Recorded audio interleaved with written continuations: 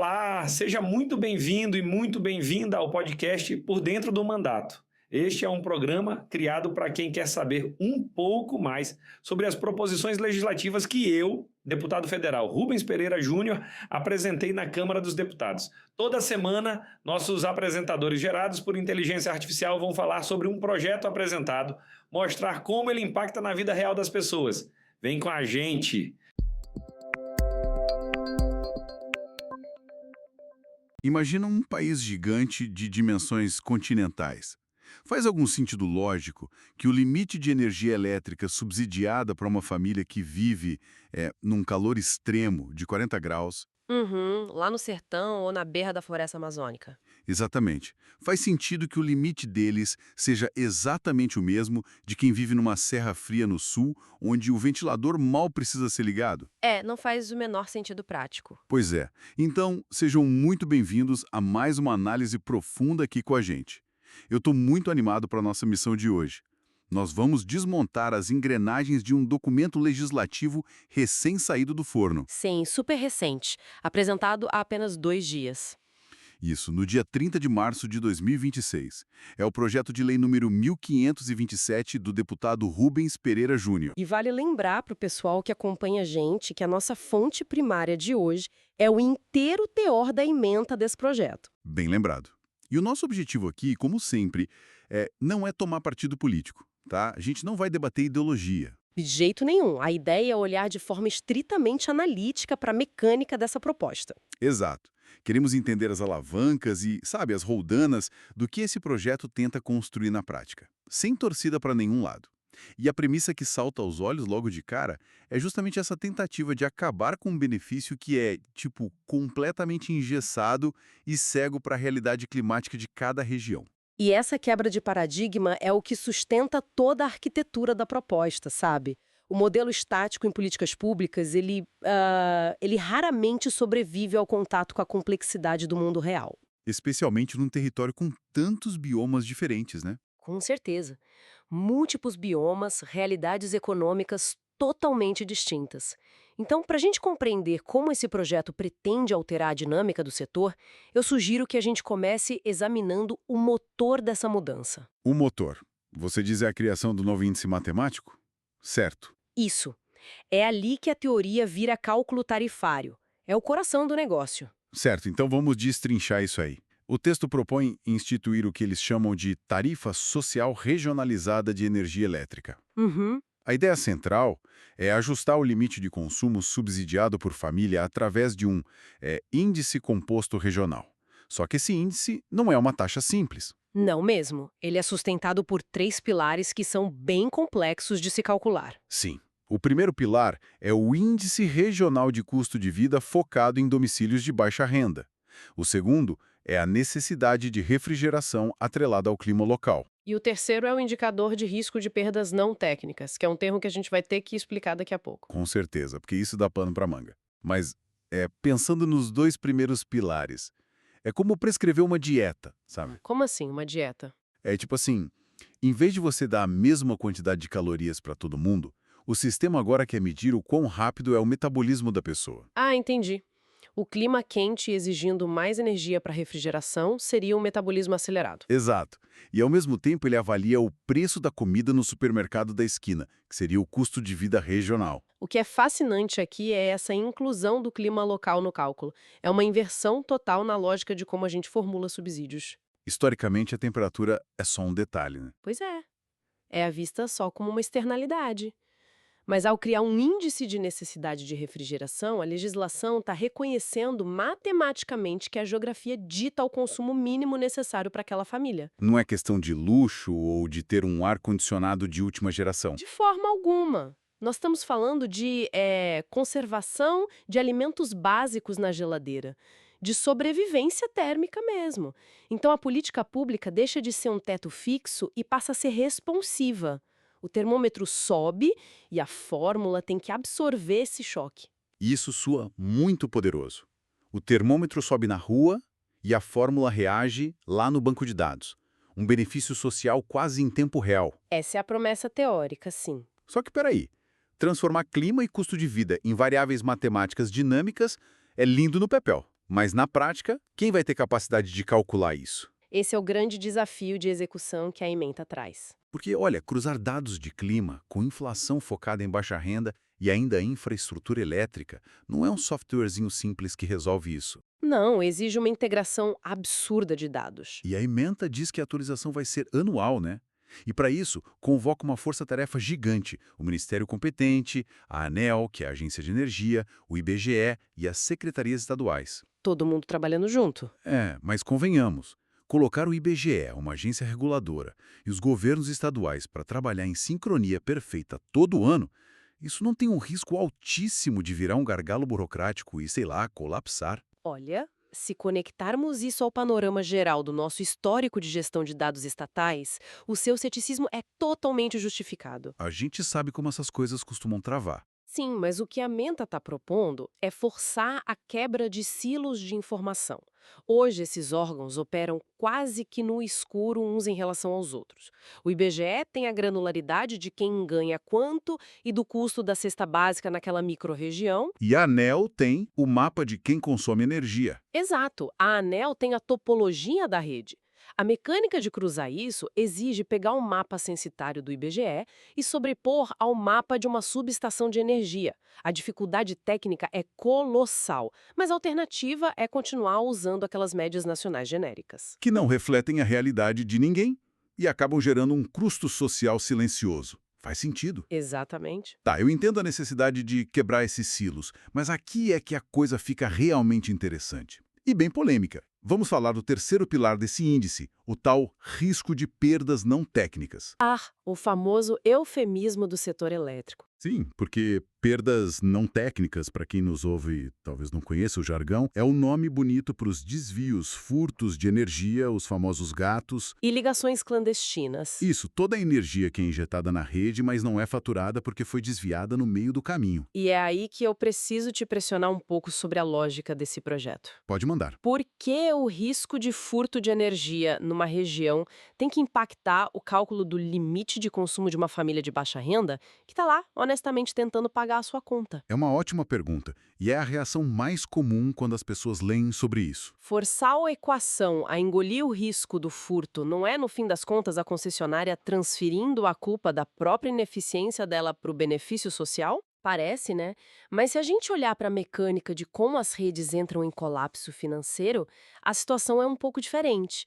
O furto em áreas de altíssima vulnerabilidade não é só uma falha de fiscalização pontual. É um problema mais sistêmico, você diz. Muito mais sistêmico. Atinge níveis que desestabilizam a engenharia da rede.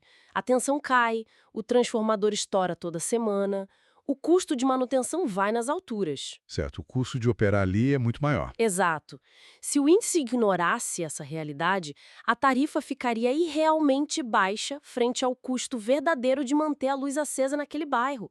A lei não está punindo a família honesta, ela está obrigando o sistema a admitir que aquelas áreas críticas têm um custo inerentemente mais alto por causa do risco geográfico e social. Ah, entendi. Porque se não reconhecer isso matematicamente, a empresa de energia simplesmente cruza os braços e para de investir ali, já que dá prejuízo. Perfeito, é um choque de realidade para manter a viabilidade da concessão naquelas áreas. Certo, mas aí a gente esbarra direto no problema financeiro. Como sempre, né? A conta tem que fechar. Exato. Se a tarifa regionaliza e o limite de subsídio sobe porque o lugar é quente, a comida é cara e tem muito gato na rede, a conta final do sistema vai ficar bem mais pesada. Vai gerar uma diferença enorme no caixa das distribuidoras. E aí, o projeto PL 1527 tenta resolver isso criando um mecanismo de compensação financeira, certo? Envolvendo fundos federais e estaduais para pagar essa diferença para as empresas de energia. Isso, o Estado repassa o dinheiro para cobrir o buraco tarifário. Mas isso é fascinante. A lei não entrega esse dinheiro de mão beijada. Ela carimba o recurso. Sim, tem regras rígidas de como esse dinheiro tem que ser gasto. E eles são obrigados a aplicar em investimentos prioritários, tipo medição inteligente, regularização social e redução de perdas. Então, o que isso tudo significa? É tipo dar um auxílio financeiro para a empresa, mas em formato de vale-presente que só pode ser gasto melhorando o próprio equipamento dela. É uma analogia muito boa. E isso levanta uma questão importante sobre a medição inteligente, que é um núcleo tecnológico dessa proposta. Os famosos smart meters. Isso. Hoje, numa área vulnerável, a concessionária só sabe que perdeu energia quando fecha a conta do mês da subestação inteira. É uma visão muito macro. Não dá para saber onde está o problema. Fica meio cego, né? Totalmente cego. Mas o medidor inteligente, ele envia dados em tempo real. Ele monitora microquedas de tensão ali na fiação da rua. Nossa, então dá pra ver o momento exato que alguém puxa um gato?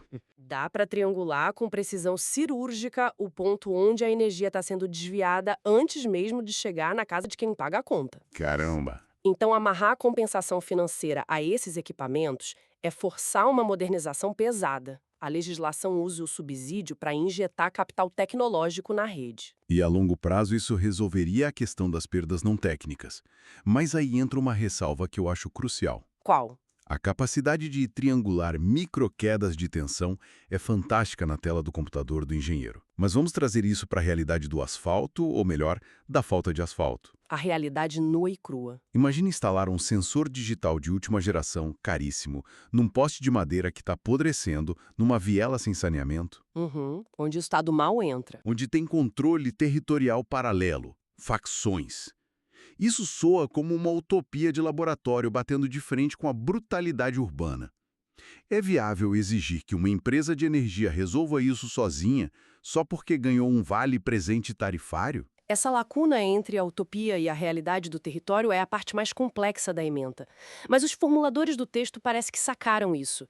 Eles sabem que o fio elétrico não existe num vácuo social, né? Ah, então eles prevêem algum tipo de ajuda externa? Sim, o texto condiciona uma parcela dos recursos a, e eu cito, implementação integrada de programas. Isso significa ligar a regularização da luz com segurança pública e assistência social. Pera. Segurança pública e assistência social dentro de uma lei sobre conta de luz? Exatamente. É o Estado admitindo formalmente que a concessionária não tem mandato para resolver um problema que, no fundo, é sintoma do abandono estatal. Faz sentido. Para visualizar isso, quem está nos ouvindo pode pensar numa comunidade muito vulnerável como um paciente severamente doente. Gostei da imagem. Exigir que a empresa de energia instale o smart meter ali seria como colocar um monitor cardíaco de ponta no pulso desse paciente. O monitor vai mostrar gráficos lindos e apontar a falha do coração. Exato, mas não cura a desnutrição crônica do cara. A desnutrição é a pobreza, a falta de segurança. A empresa de energia só instala o monitor, ela não pode receitar o remédio. É um paralelo muito preciso. A lei fala que o monitor só pode ser instalado se o tratamento for feito em conjunto. A concessionária precisa da polícia ali para garantir que o equipamento não seja vandalizado ou que a equipe não sofra violência. E a assistência social entra onde? Tá, fazer o gato. Exato. A assistência social tem que cadastrar a família e garantir que esse novo custo não gere um ciclo imediato de inadimplência e corte de energia de novo. É uma teia social bem complexa, né? Mas aí vem o problema de execução pública no Brasil. Que nunca é simples. No papel, coordenar polícia, assistência social e engenheiros elétricos é lindo. Mas no dia a dia, a chance disso desmoronar e virar só uma promessa vazia é gigantesca. Como é que o projeto tenta impedir que isso vire só um repasse bilionário para as empresas sem resolver a parte social? Através de uma exigência brutal de transparência. A ementa exige relatórios anuais rigorosos. E não é só dizer instalamos 1000 medidores. Tem que provar a parte social também. Tem que comprovar que a instalação foi feita junto com as ações do Estado. Esses relatórios são a única ferramenta para o Ministério Público ou para nós mesmos, como sociedade civil, auditarmos se o dinheiro está gerando uma inclusão real no território ou se está só tapando rombo de caixa privado. Bom, chegando aqui no nosso ponto de convergência, vale a pena olhar para a jornada absurda que esse texto propôs, né? Começamos falando de um simples desconto na conta de luz. Exatamente. Parecia só uma alteração de fórmula. E aí revelamos um maquinário enorme. Estamos falando de tentar sincronizar o IBGE com a ANEEL, usar o calor e o preço do mercado para proteger as famílias financeiramente. Injetar tecnologia pesada com os smart meters? Sim. E ainda por cima a confissão de que, sem a polícia e sem um assistente social, o fio elétrico sozinho não resolve nada. O que mostra uma maturidade crescente na nossa legislação. O projeto assume que problemas superpostos precisam de atuações superpostas. A grande dúvida é se a nossa máquina estatal vai ter fôlego técnico e político para orquestrar tudo isso lá no chão de fábrica, né?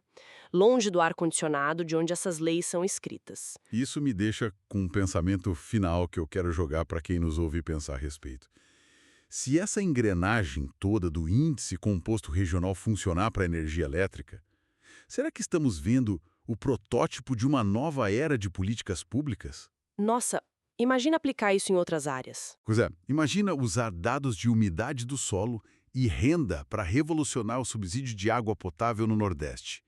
Ou usar um índice geográfico dinâmico para compensar empresas que levem internet para regiões isoladas na Amazônia. Ou até transporte público focado em quem mora extremamente longe dos centros. Exato.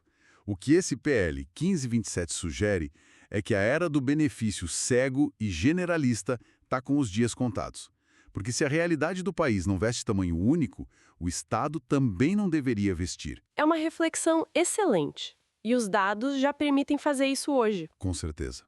Olha, eu agradeço imensamente a cada mente curiosa que nos acompanhou nesse nosso mergulho de hoje. Continuem questionando as engrenagens ao seu redor e a gente se vê na nossa próxima imersão.